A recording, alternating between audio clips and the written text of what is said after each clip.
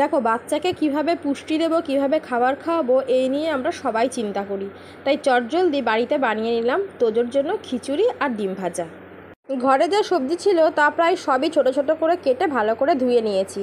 একটু গাজর, মিষ্টি আলু, ভেন্ডি, পটল আর কুমড়ো, আর তার সঙ্গে মুসুরির ডাল বেশ 2-3 বার করে ভালো করে ধুয়ে নিয়েছি খিচুড়ি রান্না করার জন্য। তোমরাও কিন্তু চাইলে এভাবে ছোট বাচ্চাকে খিচুড়ি রান্না করে দিতে পারো। তোজোর খিচুড়ি রান্না করার জন্য আমি প্রেসার কুকারই ব্যবহার করি। তার মধ্যে সামান্য পরিমাণ তেল দিয়ে দিলাম এবং দিয়ে দিলাম গোটা জিরে। গোটা জিরেটা ভাজা হয়ে গেলে তার মধ্যে দিয়ে দেব একে একে ধুয়ে রাখা সমস্ত সবজি এবং ডাল।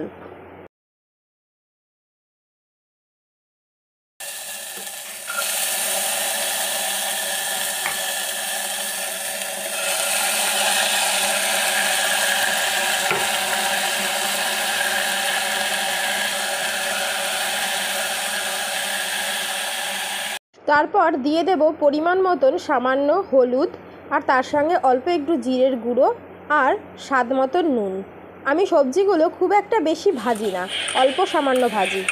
প্রেসার কুকারে সামান্য চাল দিয়ে ভাত রান্না করতে গেলে অনেক সময় লাগে, তাই আমি যে ভাতটা দুপুরের জন্য রান্না করি ওর খিচুড়িতে আমি পরিমাণ মতো সেই ভাতটাই দিয়ে দিই, আর তারপর দিয়ে দেব পরিমাণ মতো জল।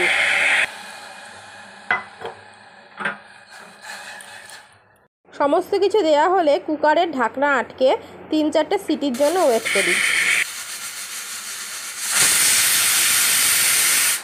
আর বিনা চিন্তাতেই এইভাবেই তৈরি করে ফেললাম তোদের জন্য খিচুড়ি আর ডিম ভাজা। আর হ্যাঁ বন্ধুরা, পাশে থাকতে গেলে লাইক, শেয়ার করো এবং অবশ্যই কমেন্ট করে দিও।